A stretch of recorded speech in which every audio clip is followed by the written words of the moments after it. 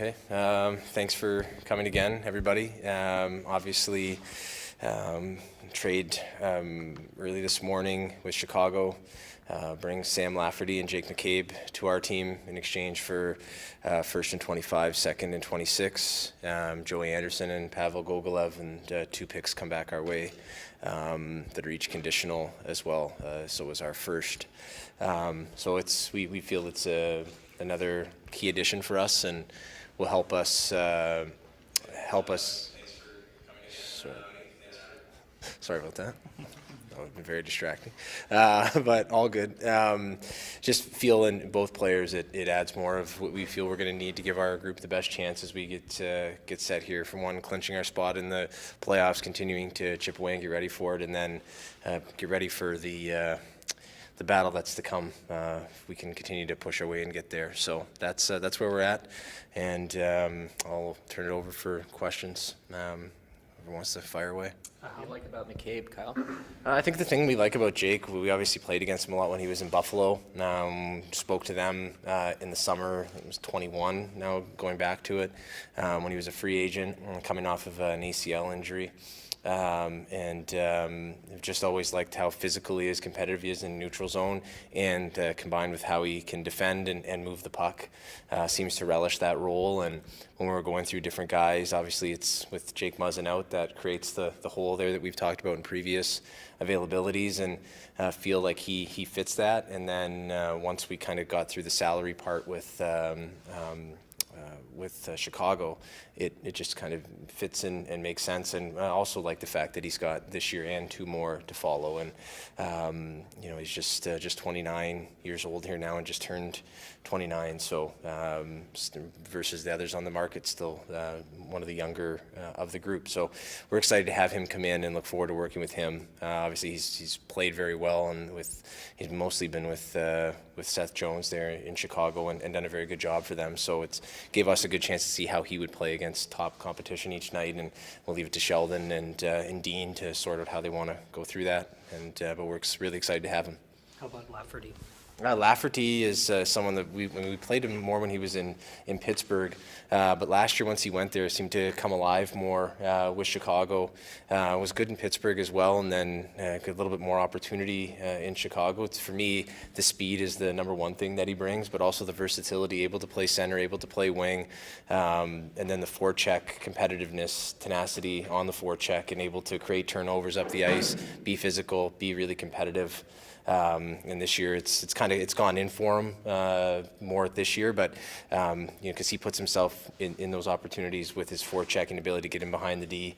But we're getting him for his ability to defend, forecheck, be competitive, and bring great speed to our team, and another layer of competitiveness as with O'Reilly and Achari up front. Do you think all these moves kind of change the identity of the mix a little bit for the playoffs? Well, that's what we've tried to do, Jonas. I mean, there's no reason for us to really beat around it. We've wanted to become more competitive.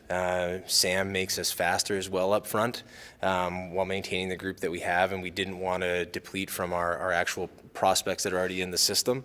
But that's been the goal here. Something we feel like in those big moments that we've needed and maybe we've lacked a little bit of, is to just kind of push us over the top. The thing about all 3 of the forwards that it requires that they've also have proven, Sam more so this year alone than in previous, but with Noel and obviously with Ryan, that they can score, and they can score in tight of the net, where we're going to have to find a way, and where we haven't found a way in key moments in the past. So that was sort of the goal. So like playoff style goals, kind of. Yeah, I hate to get into the whole playoff style goals, playoff style.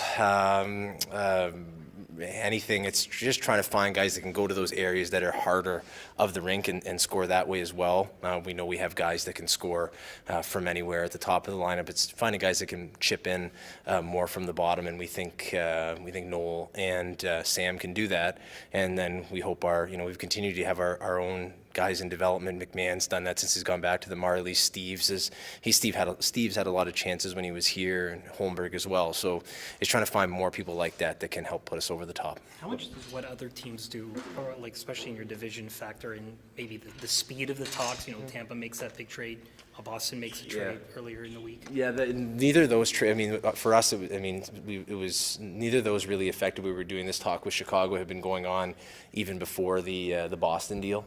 So and it was nearly at the finish line, or essentially over the finish line last night when the Tampa Bay Nashville deal came down. So we have to focus on ourselves and worry about ourselves, and know it's going to be really tough. Like, we've been through it before. We know that these are elite competitors, and at this moment, it's on both sides of this format in the East. You're going to have two teams that are in the top six if it finishes this way, playing in the first round, which is great for the fans. But it's really tough when you're competing, but I think we relish it, and I think we need it. Actually, I don't think we should be of all teams should be embracing it and being ready to go for it. But there is a context to this, right? Like, you're sending a lot of future, more than you've probably sent at previous deadlines for right now. Like, what makes this team and this moment and this conference kind of worth that? I think there's probably two different ways to answer, Bruce. This trade, more so than the previous one, I see as like McCabe has this year plus 2 more. Lafferty has this year plus 2 more. So you're going to get a lot of utility from them just over the course of the term. With regards to giving our team the best chance, I think every year we're in it with where we're at right now, we have to give the team the best chance to win. And you go through the year because the format is how it is, who you're going to be up against if you finish in the top 3 of your division, unless you can get to the very top. But even still, like the wild card, like that's a battle on the East right now too. It's great for the fans, and it's great for the game, I think. But for us, it's okay, how do we situate ourselves to best compete? Because just being a fun matchup and being fun to watch isn't good enough for us. It's trying to win. So it's looking to what things do we need to help our lineup, help our coaches, help the others, and can we get them? And then with regards to the futures, sure, we don't want to deplete ourselves too much down the road, but if we can add guys with term, and which we did here, we can find ways to replace that as we move along, and we have a lot of confidence in our prospects that are already in, as I've said. So of course it is a concern. You never want, if you could have a clean sheet going ahead at every pick, that'd be great, but I think we owe it to our group to try to give them the best chance. Do you anticipate Matt Murray coming off LTI this week? We are tracking towards that. It seems like it. So that's the hope, and he's continuing to skate and participate more and more, and it looks good on that front. So we sure hope so. Do you have to make another move though to accommodate him? Yeah, I mean, we went through this last year too, where we thought we were going to have to make another move, and then Rasmus Sandin got hurt in Nashville and missed the remainder of the year. So an old friend of mine always used to say, when time is on your side, use it. So we'll do that here, but we kind of know where everything is at. We'll see what happens in the subsequent couple games here in Edmonton and Calgary, and then be able to adapt from there. Do you feel like you're done, or do you anticipate being busy between now and I think we'll still be busy and active and try to find if there's any way that we can continue to improve. It's at the balance now where you kind of get between, are you changing the group too much, or but the guys have received the Noel and Ryan so well. I think being on the road has helped. We got them. We were at home, and then we were in Chicago and Buffalo, one home game, and then on the road trip. So they have to be together all the time. And unlike in the COVID year where you were just in the hotel, they can actually go out and do things together and kind of build that camaraderie. So you've seen that a little bit here in the week, and those guys have integrated about as seamlessly as I've hoped. And I think they're planning on going to the Springsteen concert tonight. So, which I think would be great. Well, I personally would think that's outstanding, but for a number of reasons. But it'll be good for those guys to come together as well. Do you expect the new guys to play Wednesday? I'll leave that to Sheldon, but they're on their way here now, and they'll be here this evening, and so they'll practice tomorrow. And it's a back-to-back, so it might be some lineup stuff in and out, but I'll leave that to Sheldon and the coaching staff. I understand you saw Nice in person pretty recently. Just what's your thoughts and perspective on his development this year? Well, I think the University of Minnesota and Bob Motzko and his staff have done a great job with him, and Michael Kester, our other prospect. He had 4 points on the first night against Ohio State. I think that they've just done a great job continuing to build into Matt's game developmentally, the ability to use his size and strength to make plays and build space for himself and then take advantage of it. He plays with 2 other elite prospects, which is fun to watch. It was a fun game to watch on Saturday. But I can't rave enough about the job that they've done at University of Minnesota with him. It's being able to utilize his strengths to the best of his ability, which is a huge developmental task. It sounds obvious, but it isn't as smooth in execution as it is in ideation. So he's come along really well there. And then there's less one-on-one forcing plays. It's more playing within their system and strengths, and then he was imposing himself physically as well. So he's done good work there. But the staff and the crew at University of Minnesota have been excellent for him. So I think they have a bye this week, and then our hope is to see them win the Big Ten championship if they can, because we got 2 guys there. Not to cheer for one team over another, but when he went back, it was to try to win the national championship. So I think that's important for our prospects, is learning how to. Those are high pressure, one and done games. So we hope for a long time he's in them, and this is a good chance to get used to him. One thing with McCabe is he's never played a playoff game. I don't think he's played a game that was a really high pressure game since he was a world junior. Right. Is that I don't know. How do you look at that? I have just a very unique way of looking at it, in that we had Ron Hainsey here, who was the same. Went through his whole NHL career, didn't play in a playoff game, had some of that when he was younger, and then went to Pittsburgh and stepped in and was a key part for them in winning the Stanley Cup. And I actually went back and forth with Ronnie this morning about that. You never know.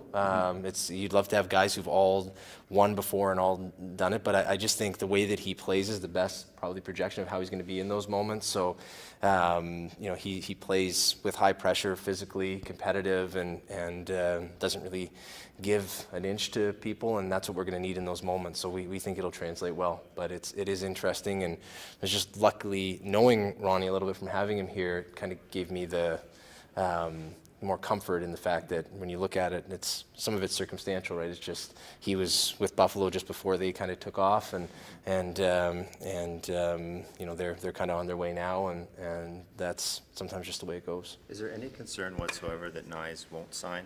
Are you 100% confident? Oh, I never know. I mean, it's not a discussion we've had, at a great deal of length, Luke. So until any player actually goes down that path, I don't know. I don't have any reason to be heavily alarmed at this point, but our focus for him is on helping his team win the Big Ten, and then hopefully they can push to win the national championship. We would have some other guys that are pushing along the way as well in college hockey, but he obviously set that as his goal going back, and they're ranked number 1. So we don't want to distract him with anything, and certainly don't want to distract their program. On a personal level, what's the last few weeks been like for you? From the outside, it looks like there's a lot of pressure.